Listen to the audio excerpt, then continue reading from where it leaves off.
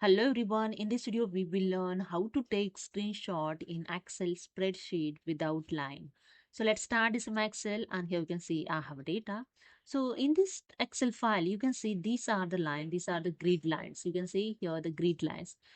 First I'm going to remove this grid line, then I will take the screenshot without the lines. Okay, so for remove these grid lines, just go to the view tab and show group have a grid lines option. When you untick this option, you can see the all line will remove. So I just untick this and you can see now your data is without lines. Now you can take the screenshot of the without line. So to take the screenshot, simply press the shortcut key Window Shift S. Okay, and when you press these keys you can see the some option will appear top of the screen and you can select the option those you want to take the screenshot.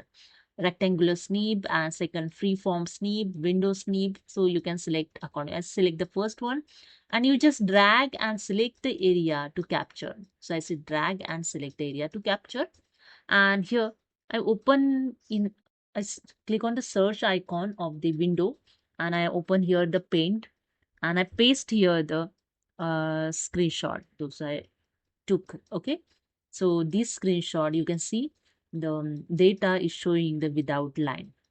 Okay, if you want to save, you can save this screenshot in your laptop. So just go to the file tab. Okay, and click on the save. Okay, save, and here the save as dialog box is open.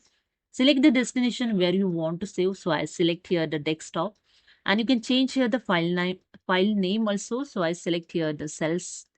Okay, cells, and if you want to change the file type, the png here default selected, just click on this drop down arrow and you can select here the different type of file type also. You can see gif also available, jpg. So select accordingly. Okay, I select here the png and click on the save, and that's it. You can see here in desktop the cells. Okay, cells pictures, your screenshot is saved. Okay, see data without line here showing. Okay, so hope you understood. If you like this video, please subscribe. Thank you so much.